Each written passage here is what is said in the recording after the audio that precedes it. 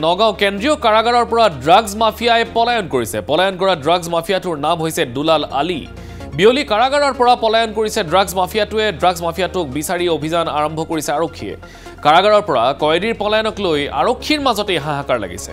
আমি আকৌ জনাইছো এটা গুৰুত্বপূৰ্ণ খবৰ এই মুহূৰ্তত।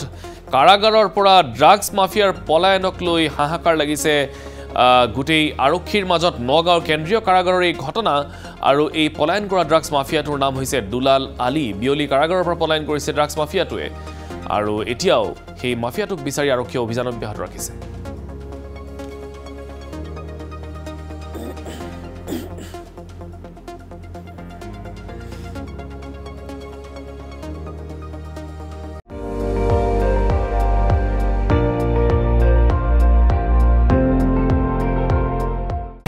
আপুনি চাই আছে ND24 সৰ্বশ্ৰেষ্ঠ নহয় সৰ্বোত্তমৰ দৌৰ।